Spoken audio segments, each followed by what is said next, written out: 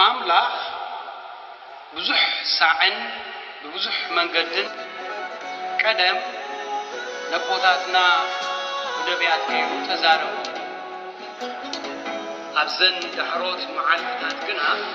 بتوراس كله زقبرو ون علم زفتر ودو غيرو تزاربنا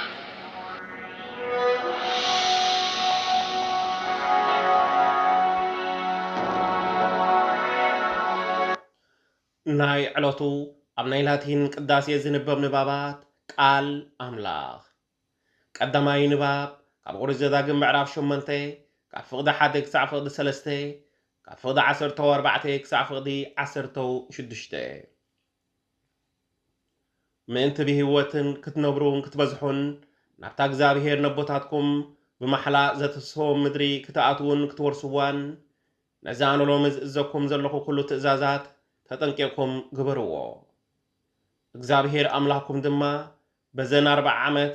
አመድረ በዳ ዘመርሐኩም ኩሉ መንገዲ ተዛዛቱ ክትሕሉ እንተ ኮይንኩም ወይ ዘይትሕሉ እንተ ኮይንኩም ኣብ ልብኩም ዘሎ ኩሉ ምእንቲ ክፈልጥ ክፍትነኩም ኢሉ ሓሳረ መከራ ከም ዘጽገበኩም ዘክሩ ሰብ ካብ ኣፍ እግዚአብሔር ብዝወፅእ ኩሉ ቃል ዳእምበር ብንጌራ ጥራይ ከም ዘይነብር ምእንቲ ከፍልጠኩም ንሱ ኣዋረደኩም ኣጥሜየኩም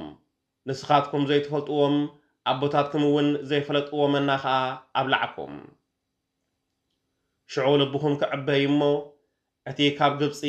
ካብ ቤት ባርነት ዘውፃእኩም እግዚአብሔር ኣምላኩም ክትርስዕዎ ኢኹም በቲ መርዛማት ኣትማን ዕንቅርቢትን ዘለዎም ማይ ዘይብሉ ኣጻምእ ገፊሕን ዘፍርህን ምድረ በዳ መርሓኩም ካብ ጽኑዕ ከውሒ ድማ ማይ ኣውፃልኩም ኣብ ምድረ በዳ ኣቦታትኩም ዘይፈልጥዎ መና ኣብላዕኩም እዚ ኸዓ ምእንቲ ኣብ መወዳእታ ከጸብቐልኩም ኢሉ ኣዋረደኩምን ፈተነኩምን ካልኣይ ንባብ ካብ መዝሙር ዳዊት መዝሙር 147 ካብ ፍቕዲ 12 ክሳዕ ፍቕዲ 18 ወኢየሩሳሌም ንእግዚአብሔር ኣመስግንዮ ወጽዮን ንኣምላኽኪ ወድስዮ ከመይ ንሱ ንመሃርሃር ማዕጾኺ ዘጽንዕ ንህዝብኺ ዝባርኾም እዩ ኣብ ወሰናትኪ ሰላም ይገብር ብዝበለጸ ስርናይ የጽግበኪ ትእዛዛቱ ናብ ምድሪ ይሰድድ እቲ ዝበሎ ድማ ቀልጢፉ ይፍጸም ንበረት ከም ጡጥ ይዝርግሖ ንዓሰሓይታ ከም ሓመኹሽቲ ይብትኖ ንበረት ከም ጸጸር ይድርብዮ ኣብቲ ቅድሚ ንሱ ዝሰዶ ቁሪ ኸመን ክቐውም ይኽእል ሽዑ ይእዝዝ እሞ እቲ በረድ ይመክኽ ንፋስ ይነፍስ እሞ ማያት ይውሕዙ ትእዛዛቱ ንህዝቡ ስርዓታቱን ሕግታቱን ድማ ንእስራኤል ሃበ ንኻልኦት ኣሕዛብ ከምዚ ከቶ ኣይገበረሎምን ንሳቶም ንሕግታቱ ኣይፈልጥዎን እዮም ንእግዚአብሔር ኣመስግንዎ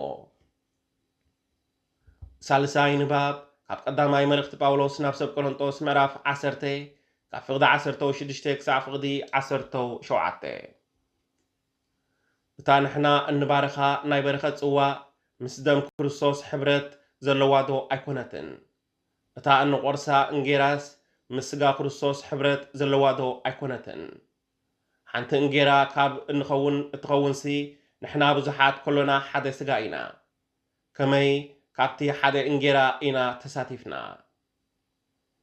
ራብዓይ ንባብ ካብ ወንጌል ዮሐንስ ምዕራፍ 6 ካብ ፍቕዲ 51 ክሳዕ ፍቕዲ 59 እቲ ካብ ሰማይ ዝወረደ ሕያው እንጌራ ኣነ እየ ካብዚ እንጌራ እዚ ዝበልዕ ዘበለ ንዘለዓለም ክነብር እዩ እዚ ኣነ ምእንቲ ህይወት ዓለም ዝህቦ እንጌራ ኸዓ ስጋይ እዩ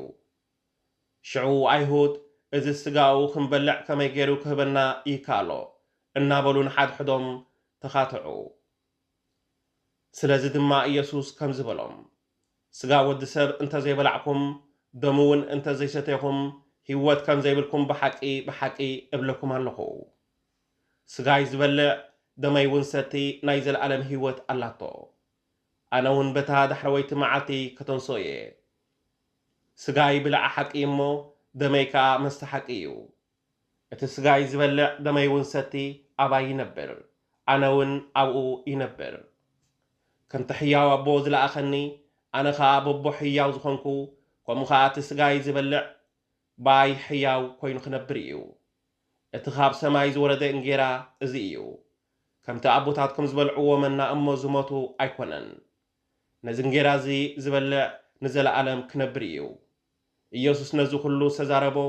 አቅፍርናሆም አቤት ጸሎታይ ሆት ከምህር ከሎዩ እዚ ቃል እግዚአብሔር አምላክ እዩ ቃል እግዚአብሔር አምላክ ተመስገነ ይሁን